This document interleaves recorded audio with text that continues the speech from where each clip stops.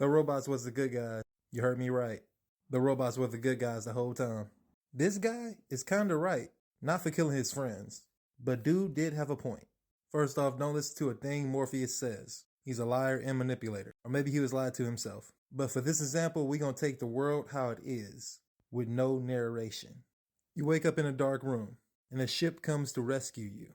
They tell you you're now in the real world, and you should be happy that you're in Zion, the last human civilization. Hurrah! Well, now it's time to go to work. Now there's pretty much only 2 jobs in Zion. You can be the equivalent of a coal miner that works on the ship and fixes the machines that run Zion. It's hard work and you'll be dirty and filthy every day.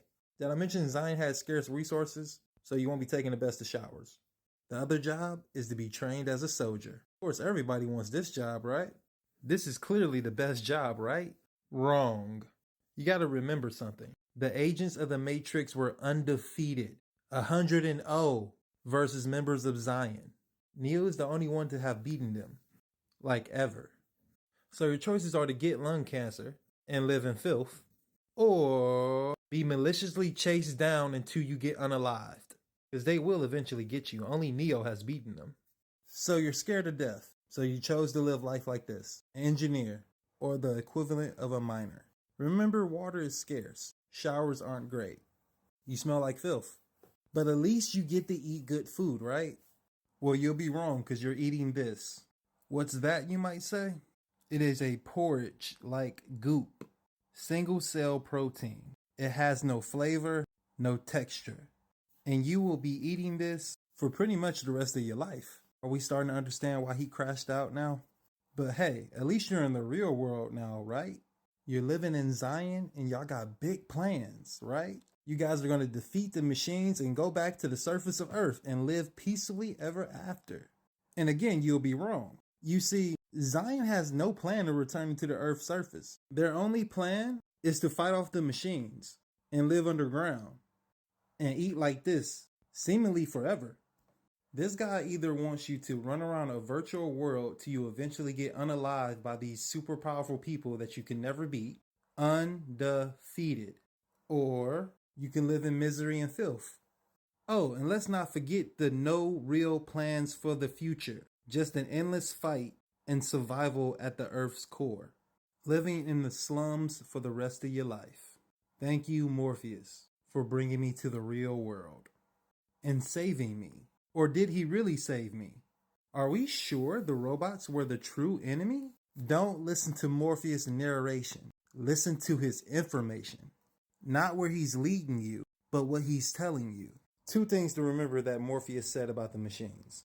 And a third thing to keep in mind. 1, he said he doesn't know who struck first, the machines or humans. Which is an omission saying that even Morpheus, this so-called leader, can't say without a shadow of a doubt that these robots are evil. The second thing he said was that he knows that the humans are the ones that block out the sun. And that's important, because who doesn't need the sun? Every living thing needs the sun. They say they did this because the robots run off solar power, but pretty much so do we. Next question. Why are we underground? What happened on the surface of Earth other than the sun being blocked? What did you use to block out the sun? Was it a nuclear weapon? Is the surface of Earth a wasteland, or is it an iceland? An ice age because you blocked out the sun. Either way, the surface of Earth is destroyed and it cannot grow anything for sure with no sun. So why build a city underground? The answer is clear. Earth has to be under deadly radiation, maybe for thousands of years. Now let's go back and look at Neo when he first came out those pods. You know, they could have depicted this guy any type of way. Old, scrawny, dehydrated, but he looks pretty healthy. This dude even has muscle structure. And you notice something weird? He's the same age that he is in the Matrix. Like if he's 27 in the Matrix, he looks like he's 27 right now. If they were draining his life force, wouldn't he look older? Or wouldn't he look much less healthy? Like a dehydrated, scrawny person? Again, this is a movie. They could have depicted him any type of way. But yet he looks strong and healthy. In fact, he's been in the Matrix his entire life. Dude is almost 30 years old. He almost spent 3 decades without using his legs. And the very first day he's walking around the ship with no problems? Again, why is he so strong and healthy coming out of these pods? He's supposed to be drained and feeling pain. I mean, these robots are evil. At least that's what Morpheus said. But remember, we ain't listening to his narration right now. Why build a city underground? Well, it's not like you can build it on top or have hope of any life living there. But why build a matrix? Why build a virtual world? Can't they just live like they do in Zion with better resources since the machines can provide that? No, they can't. You gotta remember the first humans that moved down there probably went crazy. I mean, take Cyrus. One day he was eating steak, the next day he was eating this. That man lost his mind.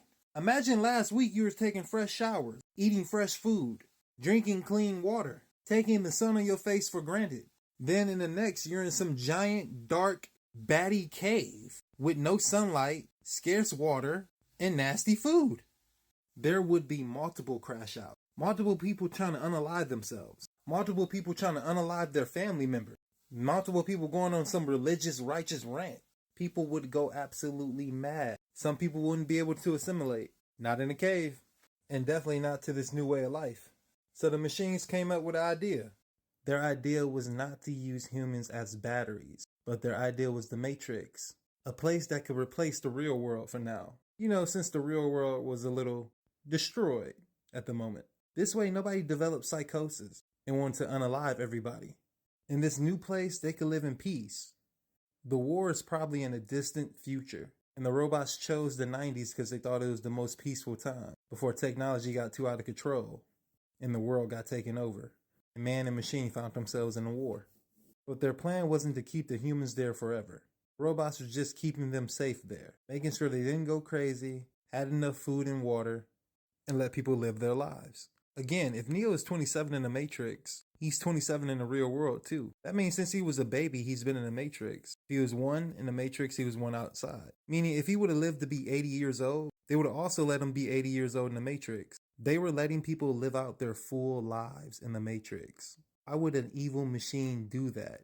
Other than your world being destroyed. I believe the machines were trying to wait out the radiation on Earth's surface. When all the radiation finally cleared, the 90s world might find itself transformed. Some way, somehow, they'll introduce more agriculture, more farming, more learning how to return to Earth's surface and fix it. But right now, they just need to chill and make babies, which is what they're doing. Remember, if you're one, they let you be one. If you live to be 80, they let you live to be 80. And ultimately, they're just waiting on that generation of humans that can finally make their return to the surface of Earth. Now, I know you got questions about this guy, the architect, but it's all in his name. Architect. He built the Matrix. He knows everything about it. But that doesn't mean he knows why it exists. If you design a building, it doesn't mean that you know what it's used for. You might know every room, but you don't know the plans for that room. Architect. Not CEO, not boss, owner, not even supervisor. Honestly, he doesn't even know what's going on at all in that building. He just designed and made it. But they make it seem like he's some big shot that knows everything. In reality, he doesn't know anything.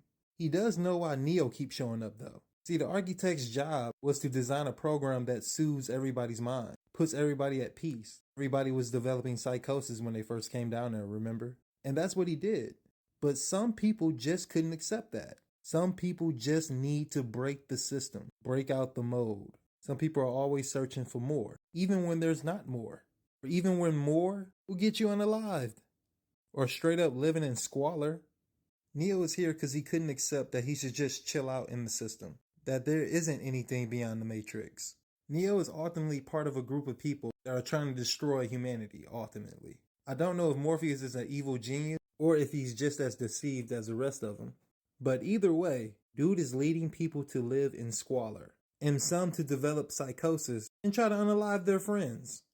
Do we have to mention again how Zion has no real plans to return to Earth's surface? They literally just plan to live like this for the rest of their days. They barely got food and water. He had a point. This is not living. Like I said, the robots are the good guys. And Morpheus might be evil. Oh, the Oracle, about the Oracle. Well, you see, the architect designed the 90s program to repeat after a certain number of times and at certain intervals. And she just picked up on that, finding the different people that want to break out the system in the same exact way that the last person broke out. And it seems like she could tell the future. Never listen to the narration. It's the information. My bad. Mr. Smith. I didn't mention Mr. Smith because he is a virus. and he is not part of the original machine plan.